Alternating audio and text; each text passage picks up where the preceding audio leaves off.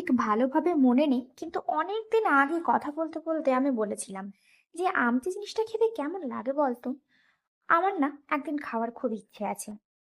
তো এবারে যখন আমি দেখা করলাম, আমার জন্য চলে এসেছিল এই আমচি। মানে সত্যি আমি ভাবতে পারিনি কত যুগ আগে আমি কথাটা বলেছিলাম, সেই কথাটা কেউ একজন মনেও রেখেছে এবং সেটা নিয়েও এসেছে। So it's very surprising for me, and thank you to that person ইচ্ছেটাকে আমার হয়ে এক্সিকিউট করার জন্য। Thank you so much.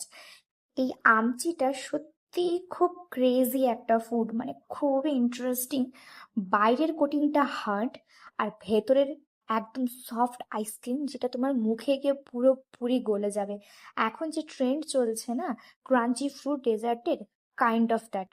মানে জাস্ট অসাধারণ। আমি যখন খেলাম first bite, oh my god, just অসাধারণ।